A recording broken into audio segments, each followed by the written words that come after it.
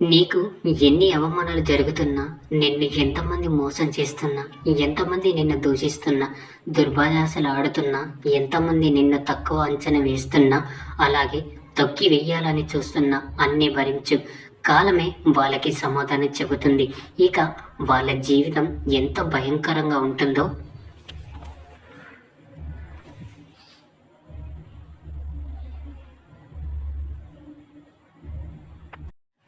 అన్ని కోల్పోయిన వారు ఇక ధైర్యాన్ని ఎవరైతే కోల్పోతారో వారే దరిద్రాన్ని వెంటబెట్టుకొని తిరుగుతూ ఉండేవారు, గుర్తుంచుకోండి.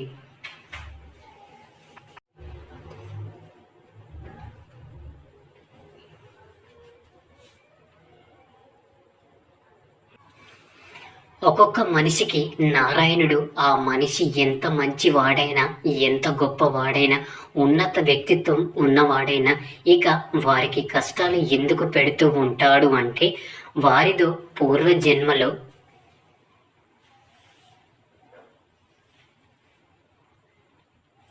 పాపం చేశారని కాదు. మీరు అలా అనుకుంటే త్రేతాయుగంలో శ్రీరాముడు ఎన్నో కష్టాలు పడ్డాడు అంటే అది తన పూర్వజన్మ పాపం అంటే ఎలా? శ్రీరాముడికి వనవాసం వచ్చి ఎన్నో కష్టాలు పడ్డాడు అంటే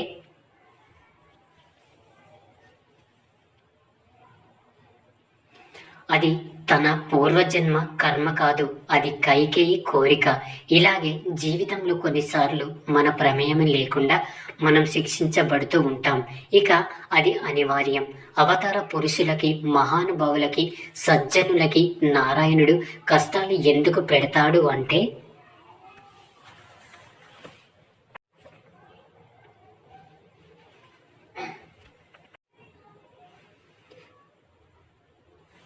వాళ్ళు తట్టుకొని ఎలా తట్టుకోవాలో లోకానికి చెబుతారు. కాబట్టి నారాయణుడు కష్టాలు పెడతాడు.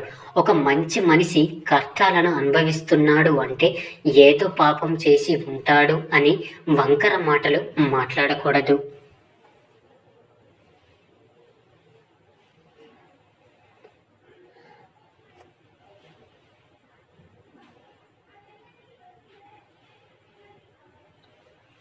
ఎందుకంటే ఒక మంచివాడు నీ యొక్క మాట కారణంగా ఏడ్చాడు అంటే ఆ పాపం ఉసురు చాలా భయంకరంగా ఉంటుంది. ఆ కర్మను ఎంతో దారుణంగా అనుభవించాల్సి వస్తుంది.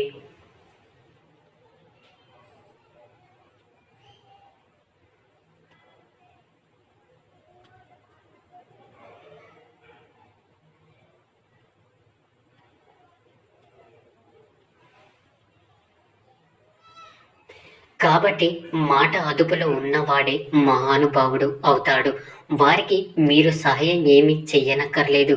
వారు ఆశించరు కూడా. కనీసం ఒక మంచి మాట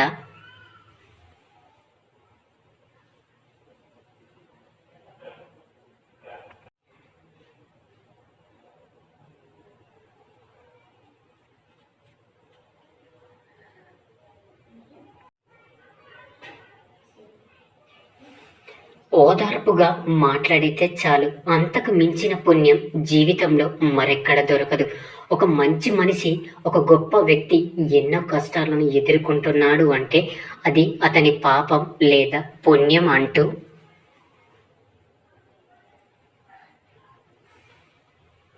అతని యొక్క వ్యక్తిత్వాన్ని అంచనా వేయడం సరైనది కాదు. ఒక పెద్ద మనిషిని మనం అంచనా వేయాలి అంటే ఒక్కటే మార్గం. ఆయన జీవితంలో ఏర్పడిన ఘట్టాలను బట్టి అంచనా వేయకూడదు.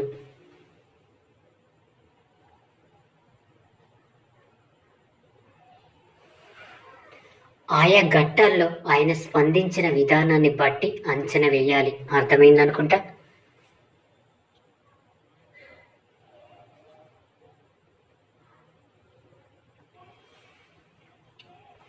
నమ్మిన వాళ్ళ చేతిలో మోసపోవడం, దీనికి మించిన బాధ మరొకటి ఉండదు, అవునా? ప్రస్తుతానికి ఓటమి నీ చిరునామా అయ్యుండవచ్చు. నీ దగ్గర డబ్బు లేకపోవచ్చు, కానీ సంస్కారం ఉంది. ఉన్నత చదువు లేకపోవచ్చు, కానీ మంచి గుణం ఉంది.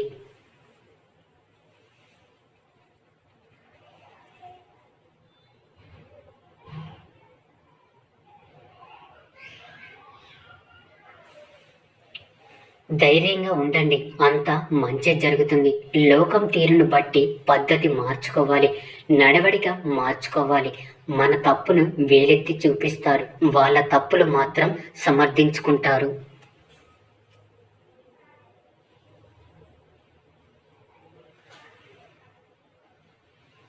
ఈ లోకం తీరు ఎప్పటికీ మారదు. నువ్వు ఎలా ఉండాలో, ఎలా ఉండకూడదో నిర్ణయం నీదే. అర్థమైందనుకుంటా.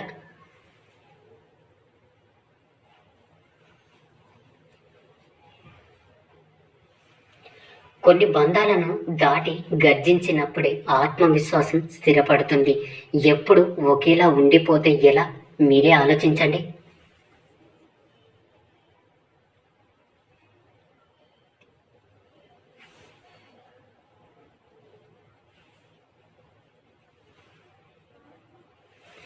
బ్రతుకు బరువైంది అంటే బలమైన కారణాలు గుండెను తాకి ఉంటాయి. బాధనైతే భరించాలి, ఇక కష్టాన్నైతే ఎదిరించాలి. అంతేకాని జీవితాన్ని మాత్రం ఎట్టి పరిస్థితులలో వదిలిపెట్టకూడదు.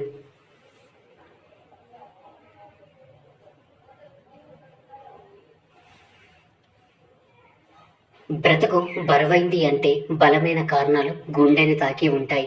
బాధనైతే భరించాలి, ఇక కష్టాన్నైతే ఎదిరించాలి. అంతేకాని జీవితాన్ని మాత్రం ఎట్టి పరిస్థితులలో వదిలిపెట్టకూడదు.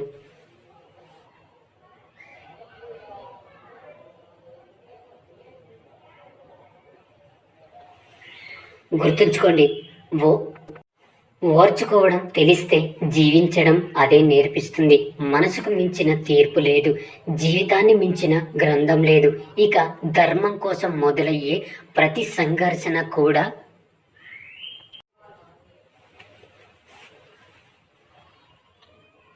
ఒక చరిత్ర అవుతుంది. గుర్తుంచుకోండి, ధర్మం అంటే ఇలానే ఉంటుంది.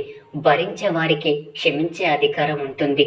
తప్పునైతే క్షమించు, నమ్మక ద్రోహాన్ని మాత్రం ఎప్పటికీ సహించకు. మంచిగా ఉన్న వారితో మంచిగా, చెడుగా ఉన్న వారితో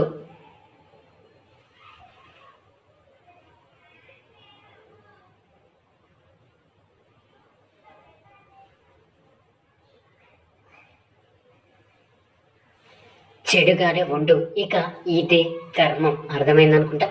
మనుషులు అవసరమని వేడుకుంటారు, అవసరానికి వాడుకుంటారు, ఇక అవసరం తీరాక ఆడుకుంటారు. ఇదే లోకం తీరు.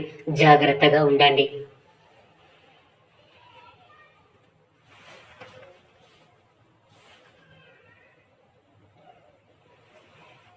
ఇక అందరూ నాతో పాటు ప్రేమతో ధ్యానించండి.